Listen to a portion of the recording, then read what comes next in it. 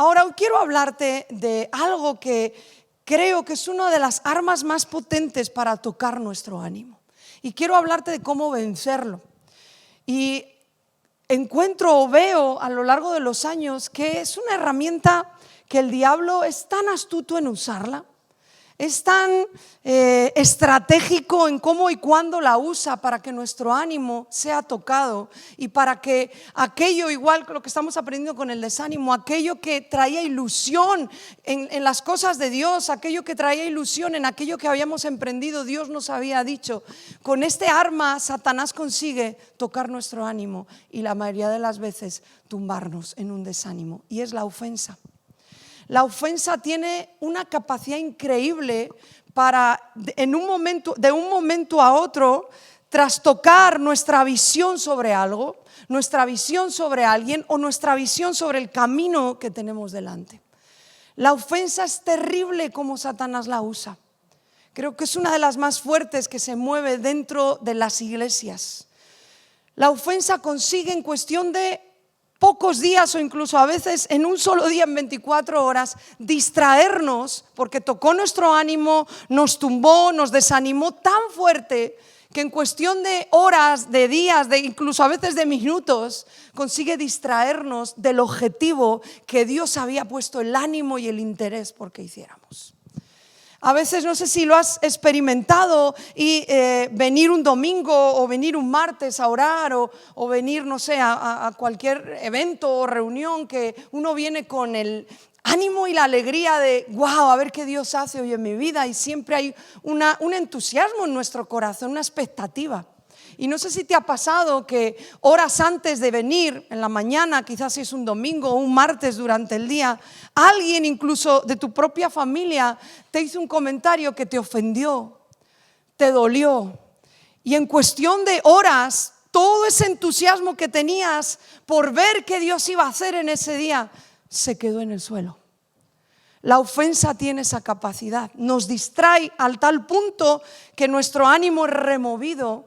Y todas las ganas que yo tenía, a veces me ha pasado 2 horas antes de llegar un domingo y tener esa expectativa a ver qué Dios hace hoy. De pronto alguien dijo algo que me dolió, me ofendió, con intención o sin intención. Ahora vamos a ver qué tipos de ofensas hay. Pero esa frase que me dolió, me ofendió, consiguió como pinchar un globito, ¿verdad? ¡Pum! Y todo el deseo que yo tenía por venir ya se esfumó. La ofensa hace eso, nos distrae de un objetivo que Dios puso en nuestro corazón. O a veces decidiste, hoy voy a orar, voy a buscar a Dios, voy a tener un tiempo bueno con Dios en la mañana, o voy a apartar este tiempo. Y de pronto te llega un mensaje o te llega, no sé, una frase, alguien te dice algo que es una ofensa directa a tu corazón.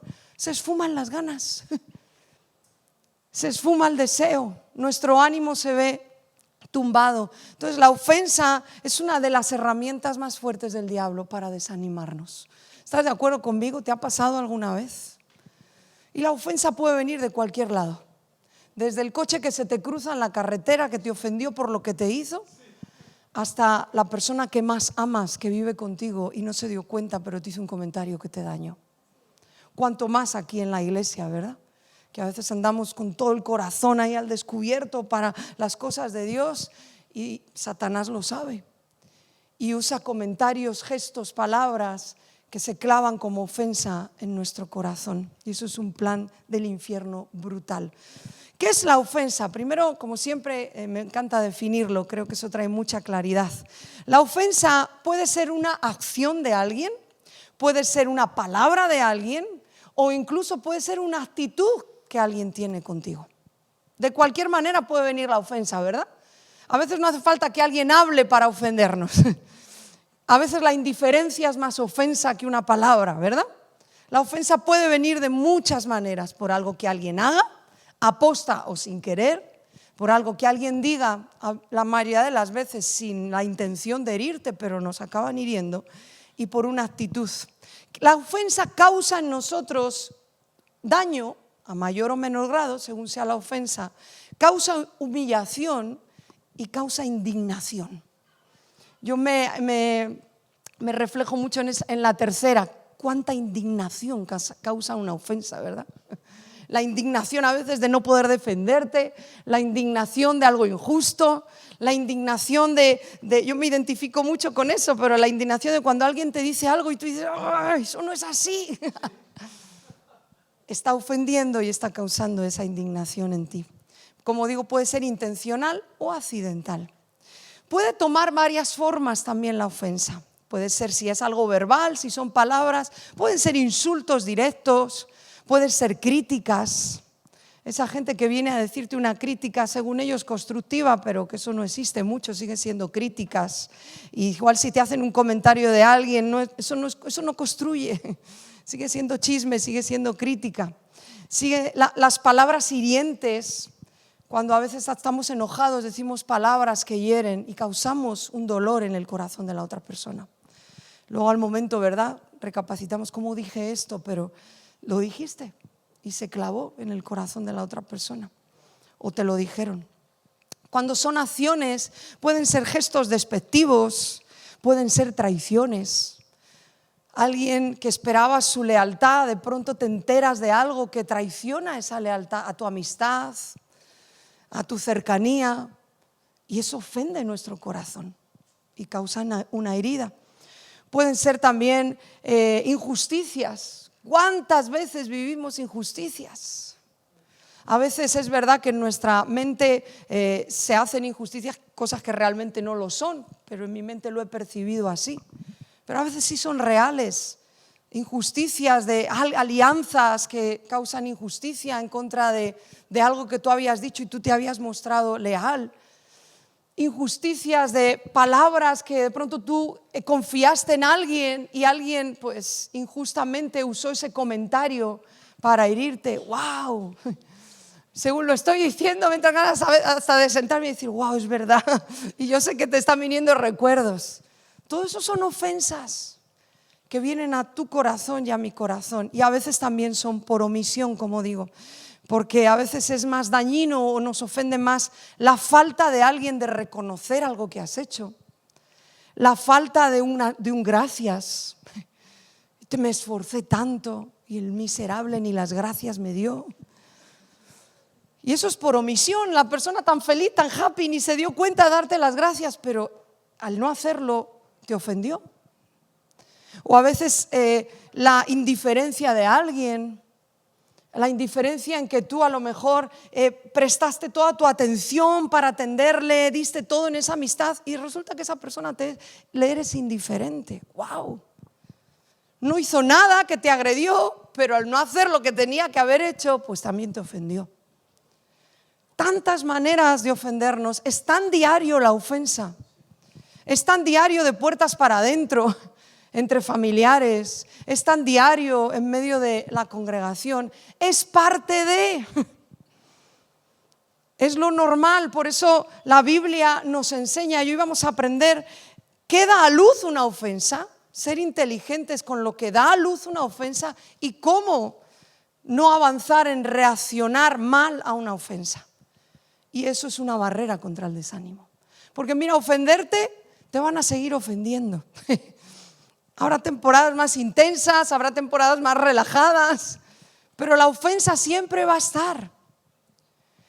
Y la ofensa toca nuestro ánimo, toca nuestra ilusión, toca nuestro impulso para hacer algo. La ofensa en momentos te derriba el impulso que tenías. A veces en la propia casa llegas con la ilusión de, ay, me ha puesto el Señor este deseo, vamos a juntarnos, vamos a orar o vamos a pedirnos perdón, no sé, cualquier idea que el Espíritu Santo haya puesto y tú la has tomado y la has abrazado con ilusión. Llegas y no basta el que hace un comentario que ¡pum! Y lo que venías todo el camino queriendo hacer, ya no tienes ni ganas de hacerlo. ¿Te ha pasado? Uno planea todo el día porque en la mañana oré, leí sobre la reconciliación y ay, voy a pedir perdón a mis hijos, voy a hacer un momento ahí en la casa de pedirnos perdón, de abrazarnos, y estás todo el día ilusionado con eso. Llegas y ya el primero que te encuentras ahí en la entrada de casa ya te suelta un comentario dañino, sin querer, y lo que traías todo el tiempo con el Espíritu Santo planeando, te vas a la cama y no lo hiciste. ¿Te desilusionó? ¿Qué decir en este lugar, en la casa? De los proyectos, de los anhelos, de los sueños, del venir a adorar al Señor juntos, del simple hecho de estar aquí disfrutando de la presencia de Dios. ¿Cuántas veces Satanás nos lo tumba porque nos ofendieron? El impacto de una ofensa, claro que depende de la sensibilidad de cada persona. Depende de la sensibilidad y lo maduros que estemos y hayamos aprendido a gestionar las ofensas. Porque no es que te ofendan o no, es cómo lo gestionas, el punto. Eso es lo que va a marcar nuestra madurez. Y cuando maduramos y aprendemos a gestionarlo bajo principios bíblicos, el desánimo que trae la ofensa es una barrera para que no venga. Cuando tú aprendes a gestionar una ofensa bajo los principios de la palabra de Dios que hoy vamos a aprender, el desánimo no te va a tocar a través de las ofensas. Pero cuando tú gestionas una ofensa a como aprendiste, aunque para ti sea súper lícito, pero a tu manera, con tus principios, como te enseñaron, o mucho peor, visceralmente o carnalmente, el desánimo tiene todo el lugar que quiera en tu corazón. Solo los principios de la palabra nos blindan contra el efecto de la ofensa en nuestro corazón. ¿Sí? Ok, te voy a poner 3 ejemplos en la Biblia, que los voy a citar muy rápido porque no son los textos que me quiero centrar. Pero la Biblia nos da muchos testimonios de ofensas. Y es increíble la Biblia porque es un espejo, es el cuadro de cómo pasaría todo, lo bueno, lo malo, y por eso leer la Biblia pues nos ubica, ¿no? Y nos trae la verdad a nuestro corazón. Pero en estos ejemplos vamos a ver qué da a luz la ofensa en el corazón de estas personas. Porque el fin de Satanás no es ofenderte, es lo que quiere dar a luz esa ofensa en tu corazón. Primer caso es el de Caín. Caín y Abel, ¿recuerdas? Los primeros hermanitos de la historia. Y Caín es el gran ofendido de esa historia. Ofendido porque su hermano Abel trajo una ofrenda de los primogénitos y trajo las primicias, dice la Biblia. Y Dios dice que miró, no sé la señal de cómo interpretaron esos dos la mirada de aceptación de Dios, no nos da especificaciones. Pero de alguna manera Dios mostró, la ofrenda de Abel me agrada, me gusta. La acepto. Y dice la Biblia que miró la ofrenda de Caín, que trajo de los frutos de la tierra. Si es específico ahí el texto, que no fue lo primero, no fue lo mejor. Abel le trajo lo mejor a Dios. Caín le trajo del fruto nada más, no el mejor. Y dice la Biblia que Dios miró a su ofrenda con desprecio. Entonces, claro, imponte en el lugar ahí de Caín. Sí se genera una ofensa. La gestionó muy mal, la debería haber gestionado sin dar a luz el pecado como Dios, que le dice Dios: el pecado está a las puertas, ten cuidado. Él no escuchó a Dios, ni el consejo de Dios escuchó, y dio a luz el pecado. Pero podía haber aprendido de ese desprecio al mirar esa ofrenda, haber dicho: bueno, Dios, ok, pues dime, enséñame cómo le hago para que te agrade la ofrenda como la de mi hermano. Pero en vez de gestionar de esa manera sana la ofensa, la gestionó mal. Y su ofensa dio a luz, vamos a leerlo, lo siguiente, Génesis 4, del 3 al 8, en PDT voy a leer, dice: Caín le llevó al Señor algunos frutos como ofrenda. Abel le llevó las mejores crías de sus ovejas, dice, las primicias. El Señor aceptó a Abel y a su ofrenda que le trajo, pero no aceptó a Caín ni a su ofrenda. Entonces Caín, fíjate lo que dio a luz esa ofrenda en Caín, esa ofensa, perdón. Caín se enojó mucho y se entristeció. Emociones. Se ofendió grandemente, al punto que la ofensa en su corazón dio a luz, como a veces da a luz en nosotros, enojo y tristeza. ¿Qué trae la tristeza? Desánimo. Cuando estás triste se te van las ganas de todo, hasta de levantarte a veces, ¿verdad? Se entristeció, se enojó. Y ahí todavía tenía una oportunidad cuando Dios le dice: ¿por qué estás tan triste? No permitas que venga el pecado. Ni escuchó a Dios, fue premeditado el asesinato. Está fuerte, léelo, pero dice, le dijo a su hermano: vamos al campo. O sea, el tipo lo planea. Fue tan fuerte lo que dio a luz, la tristeza, el desánimo. Y fíjate que si meditas un poquito, la raíz de esa ofensa casi que era buena. Él quería agradar a Dios. Él quería que Dios mirara con agrado su ofrenda, como que la raíz de la raíz de la raíz no era algo malo. Pero lo que dio a luz sí fue algo malo, tristeza y enojo. Segundo ejemplo, mucho más, ¿no?, en esa historia, pero quiero ir rápido. Segundo ejemplo está en Génesis también, capítulo 29. Para mí esta es una de las historias más fuertes sobre ofensa y daño en el corazón que la Biblia registra. Yo he sacado miles de mensajes bueno, miles no, pero por lo menos 5 de esta historia, porque es muy fuerte en lo que trae en el corazón. Es la vida de Lea. No sé si la Biblia, o quizás porque soy mujer y uno pues ahí como que dice, wow, qué dolor, pero no sé si en toda la historia registra una ofensa de ese calibre de dolor al corazón humano. Que tu marido, o el que ahora te han dado como marido, haya peleado 7 años y cuando se va a casar con tu hermana, a la que le meten en la habitación, es a ti. O sea, te meten en la noche de bodas con un señor que no te quiere, que en la mañana te desprecia y que dice, tú no eres por la que yo peleé. Se me hace una de las historias de más dolor en el corazón. O sea, qué ofensa. ¿Perdona? O sea, en estos tiempos más feministas uno se levanta al día siguiente y dice, ¿perdona? Aquí te largas y ni me vuelves a ver. O sea, qué dolor, qué rechazo. Vemos al Jacob, pero ¿quién piensa en el corazón de Lea? Y que se plante delante de tu papá y diga, oye, yo no quiero a esa fea, yo peleé por la otra. Lo digo porque la Biblia pues dice que la otra era mucho más guapa. Me das a la fea, yo quiero a la otra. O sea, ¿quién se recupera de un rechazo de esa envergadura? Solo Dios te sana. Y Lea le amaba a Jacob. Y Lea fue la escogida por Dios, no Raquel. Pero la ofensa no le dejó verlo en toda su vida. Ahora, esta historia tiene algo increíble también de lo que da a luz la ofensa, porque esta ofensa sí es fuerte. Dice Génesis 29, del 31 al 32, dice, el Señor vio que Jacob no amaba a Lea. ¡Wow! Entonces hizo que ella pudiera tener hijos y Raquel no. De hecho, ella es madre de 6 de las tribus, o sea, ella fue la escogida. La tumba de los patriarcas está Lea, no está Raquel. Imagínate al nivel que Dios la escogió. Dice, Lea quedó embarazada y dio a luz un hijo que llamó Rubén, el primero. Y le puso así porque pensó, el Señor se ha dado cuenta de mi humillación. Seguro que ahora mi esposo, si me ve, me va a querer. Rubén significa, mira, tengo un hijo. Como que el hijo era el trofeo que ella pensaba, era cuestión de dignidad, era cuestión de ser amado, aceptado el tener un hijo. Y dijo, bueno, ahora mi marido me va a querer.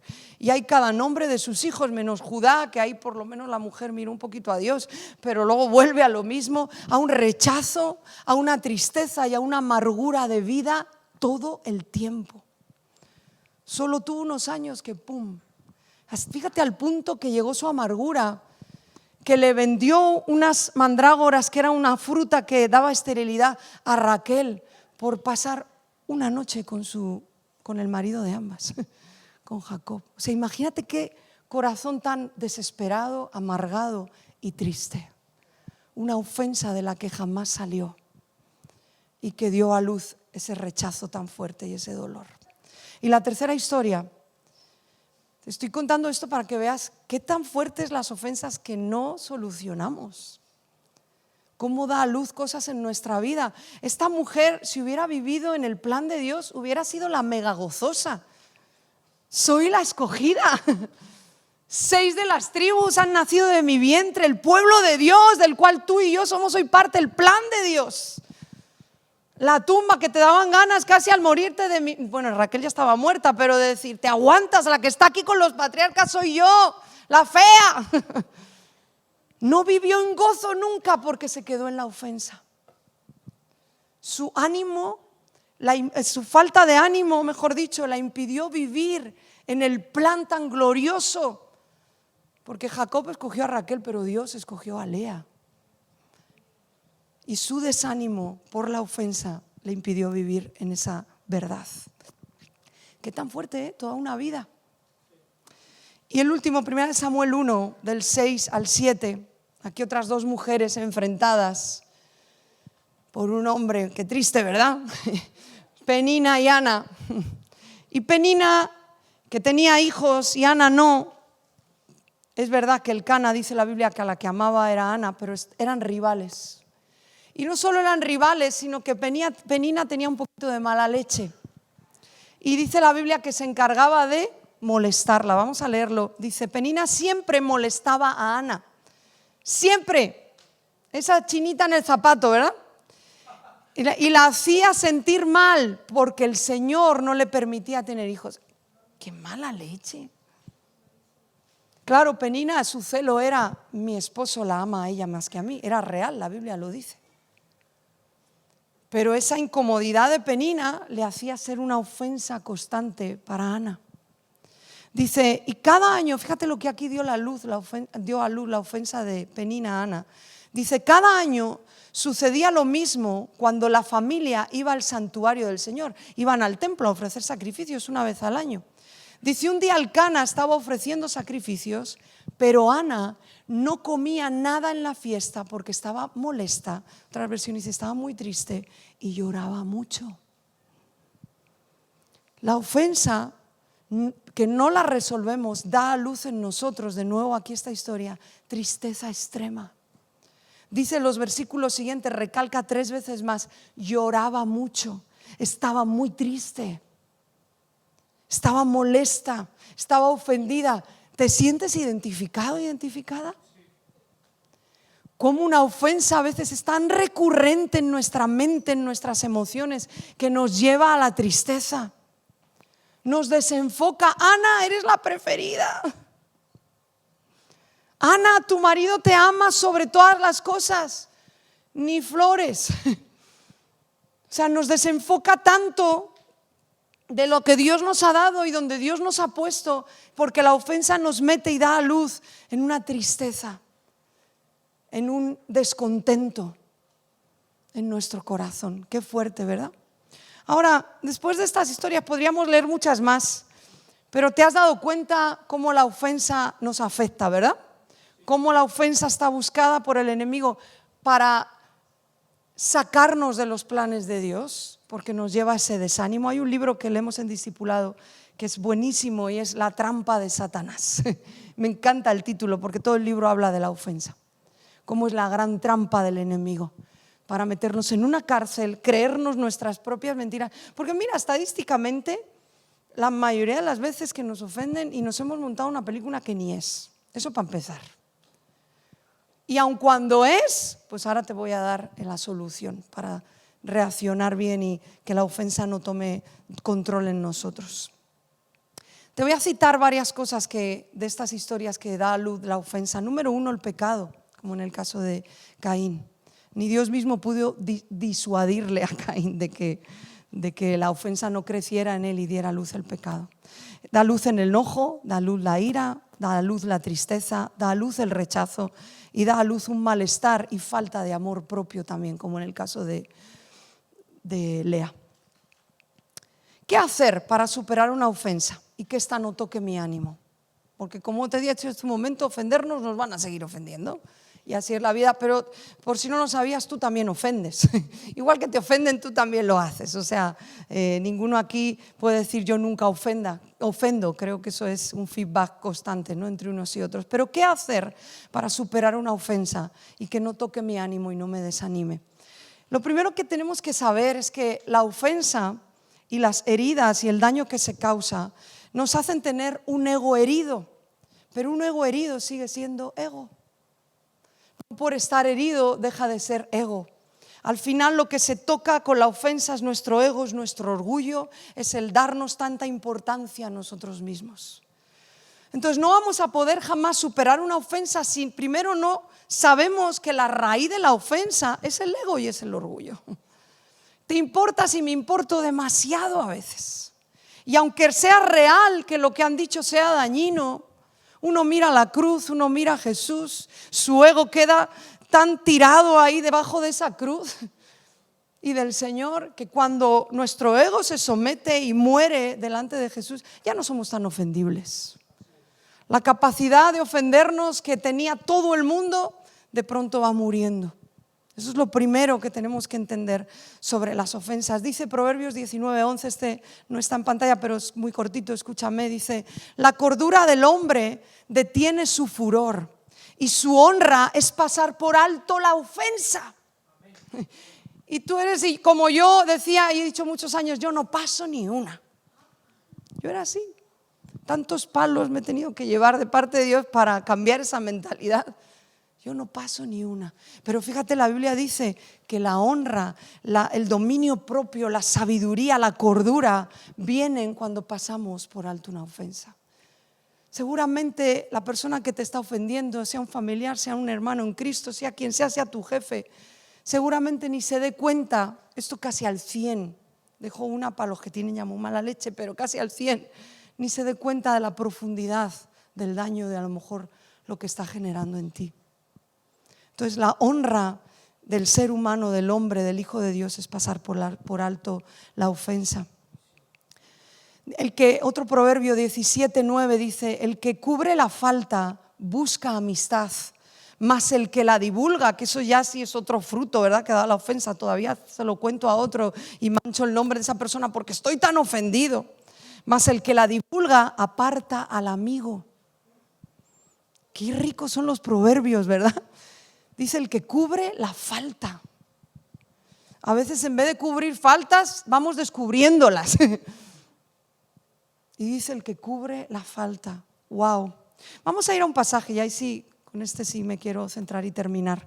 Y creo que es el pasaje estrella que Jesús nos enseñó sobre la ofensa. Sus discípulos se lo preguntaron, la misma pregunta que tenemos tú y yo ahora mismo: ¿cómo gestiono una ofensa? ¿Qué hago si alguien me ofende? Yo viendo Chosen veo que esa gente tenía unos piques, los discípulos. No es tan romántico como lo imaginamos, a Jesús yendo con los 12 y todo happy, todo guay, nos amamos y te quiero. No, había unas movidas que hasta buscaban quién era el más grande, ¿verdad?, quién iba a ser el mayor, y se picaban cuando Jesús hablaba más con uno, con otro. Te da mucha claridad. Eran personas. Y si Jesús estaba más tiempo con uno, pues normal que a alguno le tocara un poquito sus emociones. Ay, ¿será que el maestro? Y que cuando le dice a Pedro lo de piedra, ¿verdad? Y todos andan diciendo: ¿pero por qué a Pedro? ¿Pero por qué? O sea, es todo un show de sensaciones humanas que las pasaríamos tú y yo. Y como pregunta se lo hacen a Jesús, como la misma pregunta que ahora mismo tú y yo tenemos: ¿cómo gestiono si alguien me hace daño? ¿Cómo se gestiona, Jesús? Y está en Mateo 18, 21 al 35, en la PDT también. Dice así escucha, vamos a leer unos cuantos. Dice: entonces Pedro se acercó a Jesús y le dijo: Señor, ¿cuántas veces debo perdonar a mi hermano si no deja de hacerme mal? Me encanta esta versión. A ver, Jesús, ¿pero hasta cuándo? Tienes que saber que para los rabinos en esa época sí estaba el dicho de que eran 3 veces las que se debía perdonar a la misma persona.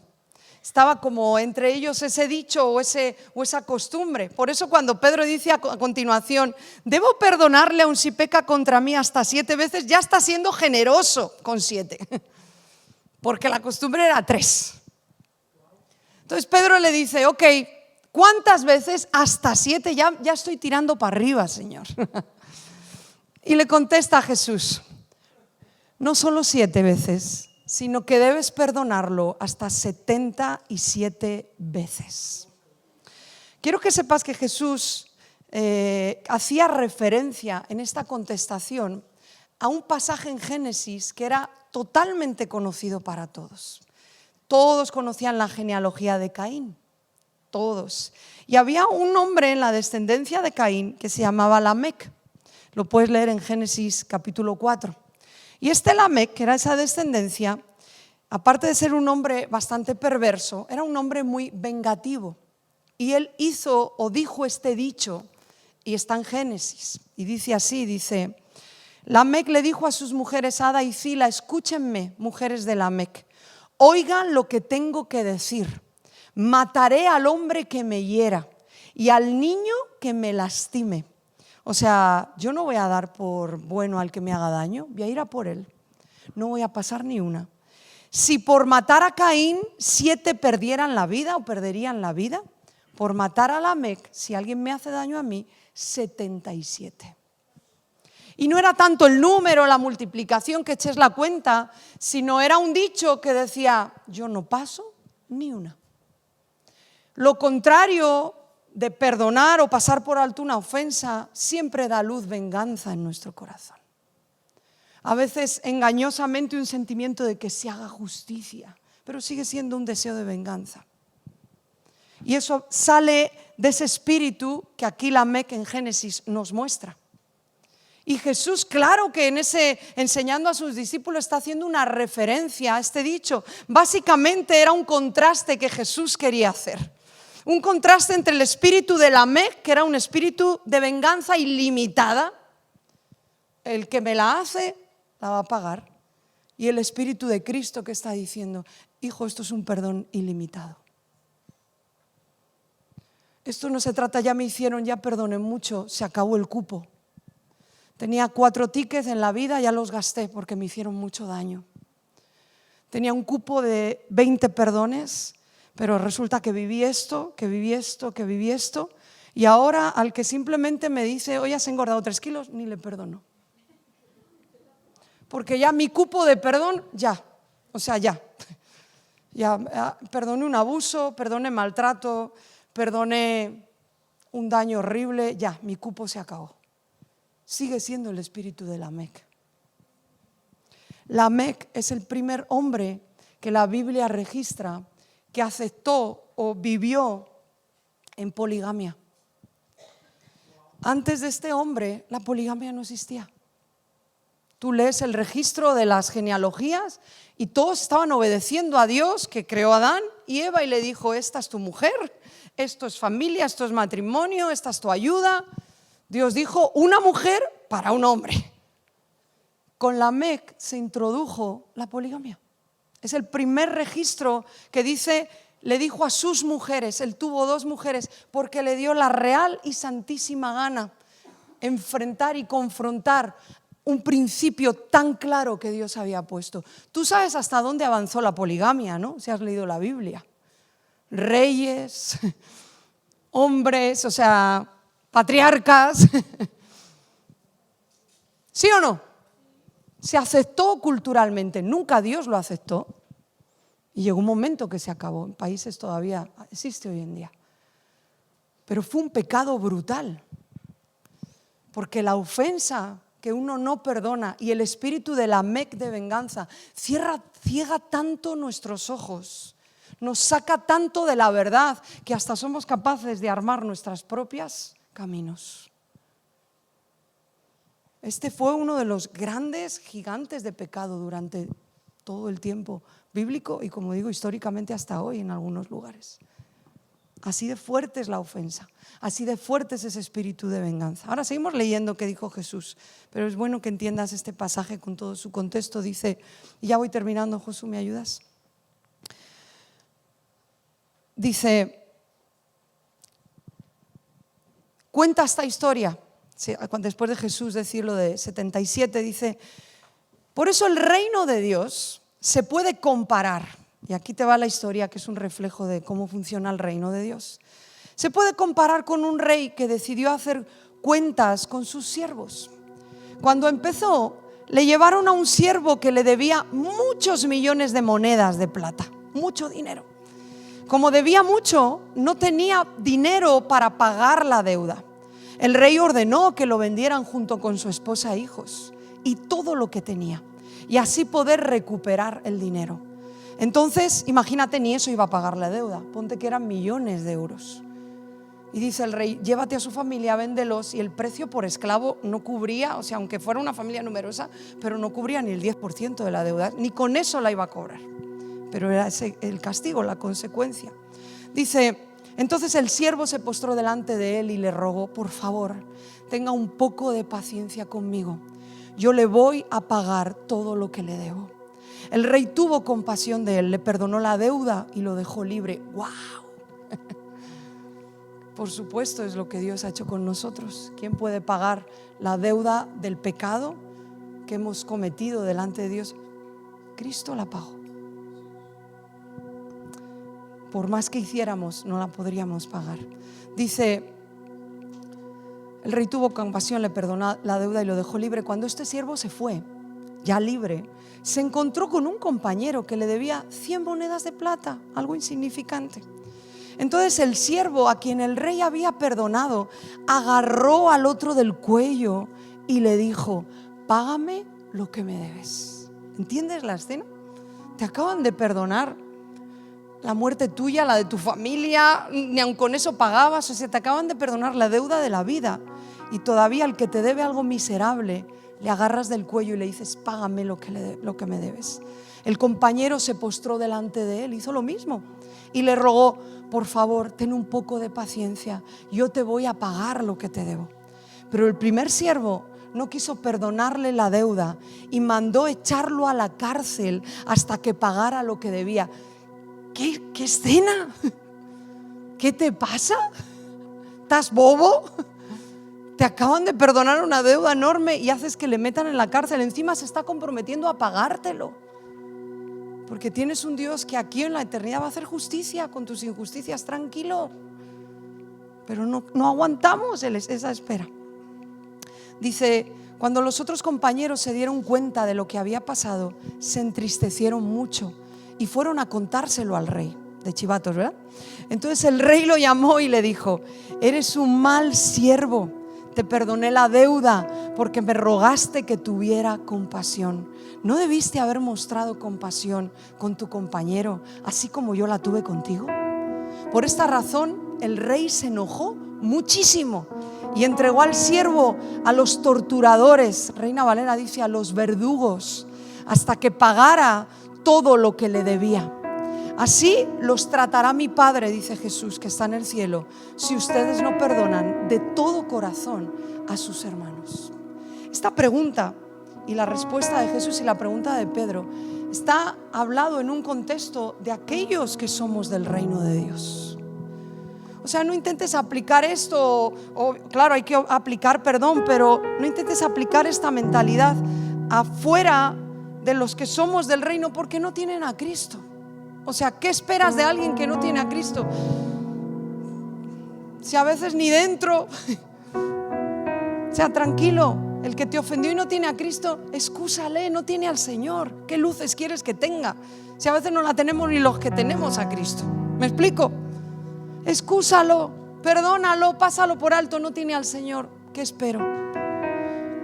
Ahora el Pedro le hace esta pregunta para los hermanos, para los que por eso pone ese ejemplo del reino. Y yo te hago esta pregunta: ¿es ridícula esta historia? ¿Te suena ridículo? Este siervo que le perdonan tanto y luego él todo enfadado. Es como la comparación entre 3 millones de euros y que te deban 50 euros. Te acaban de perdonar 3 millones de euros y alguien que le dejaste 50 euros lo agarras del cuello, dámelo, y le mandas a la cárcel. ¿Te suena ridícula la historia, sí o no? Contéstame. Así de ridículo te ve el cielo cuando por alguien que te acaba de hacer un comentario eres capaz de ofenderte y de no perdonarlo. Así de ridícula suena tu vida cuando guardas tantas ofensas y hemos sido perdonados por tanto y tanto pecado. Ha sido lavado, ha sido limpiado, ha sido olvidado. Así de ridículo es cuando yo, por alguien que me dijo, sí me dolió, me hizo sentir mal, pero me quedo atascado, doy a luz enojo, doy a luz tristeza y hasta me desanima a tal punto la ofensa que lo que iba a hacer ni lo hago porque estoy ofendido. Así de ridículo nos ve el cielo a nosotros. No lo digo en tono jocoso, despectivo, sino: oye, te pasas. Ahora y termino. Dice este pasaje, tiene tantos detalles, pero vamos a terminar ya que es tarde. Dice, el último consejo que da Jesús después de contar la historia, dice: así los tratará mi Padre si ustedes no perdonan. Y qué bueno que Jesús diera este detalle, de todo corazón. Me parece tan clarificativo ese detalle, porque perdonar no es decir, bueno, a veces creemos que perdonamos porque marcamos una línea y ya, bueno, no me voy a vengar, no voy a hacer nada, pero marcas una línea, simplemente tú allí, yo aquí, y pensamos que eso es perdonar. No, dice Jesús aquí, nos está dando la enseñanza de todo corazón. Eso quiere decir que el que te ofendió, cuando le has perdonado de todo corazón, eres capaz de hasta ir a hacerle el bien. Hay un libro también que leemos en Discipulado que para mí es tan revolucionario, se me hace tan imprescindible: el perdón total. Interpretamos perdón a veces porque queremos pasar página. No, perdón total es como aquí Jesús está diciendo, de todo corazón. Esa es la única manera, escúchame bien, la única manera bíblica y que no te mete en un desánimo por esa ofensa es esta. Así es la única manera que tú debes resolver la ofensa: perdonando. Y tú dices, ya, pero es que miras, y Jesús vuelve: perdonando. Ya, pero me hirieron y me hicieron y nunca hicieron justicia, perdonando. Y puedes hacerle al Señor todos los miles de argumentos que tenga, que Jesús volverá a decirte. ¿Te acuerdas de Lamec? Lo contrario, ilimitado. Perdón ilimitado, perdón ilimitado. Ya, pero es que tú no sabes. Perdona. Entonces, no hay otra manera. ¿Quieres buscar maneras psicológicas de resolver la ofensa? Vete 3 días de viaje, olvídate del que te ofendió, sana tu corazón en un ambiente de la naturaleza. Tu abuela. Bíblicamente, la única manera de resolver la ofensa es perdón. Y perdón de corazón. No perdón bañado de nuestra propia justicia, de nuestro propio ego, de nuestra propia persona. Perdón total, perdón de tu corazón, gracia que le das. El perdón es un regalo. ¿Se lo merece? No, porque te hizo daño, pero te lo regalo. No busques otra manera de solucionar una ofensa, ya sea de tu esposo o tu esposa que no te atiende como debieras y estás ofendido, que te ignora porque algo te duele, ya sea de tus hijos que están en una actitud rebelde y no valoran ni el plato de comida que le haces, ya seas de un hermano que hizo algo que no te cuadra, que no te gusta. Me da igual, dame el panorama que sea. La única manera de que la ofensa no dé a luz en tu corazón y te lleve a pecar y domine tu vida. Dice este pasaje que ese hombre fue entregado a los verdugos. Verdugos en el panorama de historias bíblicas tiene un significado de puros demonios. Los verdugos son aquellos que te torturan.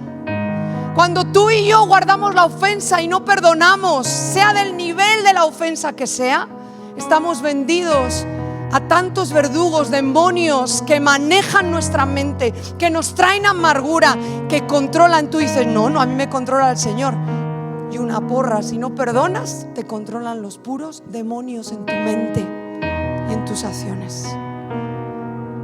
No, a mí el Señor, yo soy de Cristo y a mí me controla el Señor y solo mi mente. Lee la Biblia. Cada vez que no perdonas, sea una ofensa chiquita o grande, tu vida está en manos de las mentiras, de los engaños y de la agonía y la cárcel que Satanás te mete. Y eso, por más vueltas que le queramos dar, por más razonamientos que queramos, no hay otra manera. Nuestra vida, para vivir libres de la ofensa y de un desánimo que trae la ofensa, de un desánimo en todos los sentidos. He visto personas hasta dejar ministerios de pastorado, ministerios hasta de apostolado por una ofensa no resuelta. ¡Qué triste! Planes de Dios frustrados porque no quisimos perdonar. Planes de familias frustrados porque mi ego es más importante que humillarme y decir, claro que el perdón es humillarse, claro que el perdón conlleva humildad, por supuesto. Por eso te he dicho que sigue siendo ego aunque sea herido. Las ofensas que no resolvemos con perdón y con amor nos exponen a esa tortura de mentira, y a veces por toda una vida, como le pasó a Lea. Nuestra vida tiene que ser una vida de perdón siempre. El perdón es una condición de vida. Eso es lo que Jesús estaba diciendo al poner el contraste con la Meca. Estaba diciendo, para él una condición de vida era la venganza. Ahora la condición de vida es perdón ilimitado. Te faltan las fuerzas para perdonar. Vete a Cristo.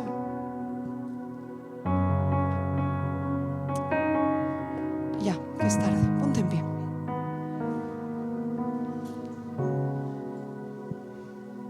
Yo sé que perdonar no es fácil. Yo sé que soltar una ofensa y, como hemos leído en Proverbios, pasarla por alto no es fácil. No pienses que digo esto desde el punto de vista, ay, flojo, es bien fácil. No, es difícil.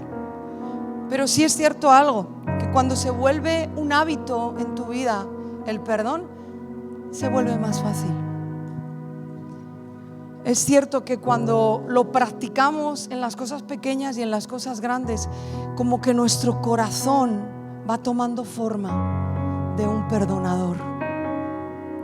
Y yo he aprendido a través de muchos palos, como decía antes, he aprendido a no tener en cuenta las ofensas. Puede ser hasta egoístamente, porque sé que eso a mí me frena. Sé que eso a mí me mete en un engaño, sé que eso a mí me mete en una cárcel. Pero he aprendido a que eso sea un estilo de vida. He aprendido a ponerme, a veces me cuesta más que otras, en el zapato de otros, pues tendría un mal día. Estará en una temporada difícil, está viviendo un mal momento. Quizás no se dé cuenta, quizás nunca le enseñaron que esas palabras hieren. He aprendido a no pensar solamente como yo pienso, sino abrirme a que hay tanta variedad de personas, hay tanta variedad de cómo actuamos ante las situaciones, que no voy a guardar una ofensa porque seguramente esa persona pues haya aprendido a hacerlo así. A lo mejor no está bien, pero así aprendió. Voy a orar por ella o por él. Señor, ayúdalo. Se vuelve un hábito. Sigue sin ser fácil, pero cuando lo cogemos como costumbre se facilita un poco más, porque se vuelve un hábito y nos hace un poquito más como Jesús. Amén. Permíteme orar. Si es en esta mañana, tú crees que necesitas aprender, como hemos hablado, a gestionar las ofensas, necesitas que el Espíritu Santo te ayude a que el orgullo muera, a ser humilde en tus relaciones, no lo sé, a tantas y tantas cosas que Dios te puede haber hablado, pero que las ofensas no tomen lugar en nosotros y nos traigan ese desánimo que nos frena. Pon la mano en tu corazón. Yo quiero orar.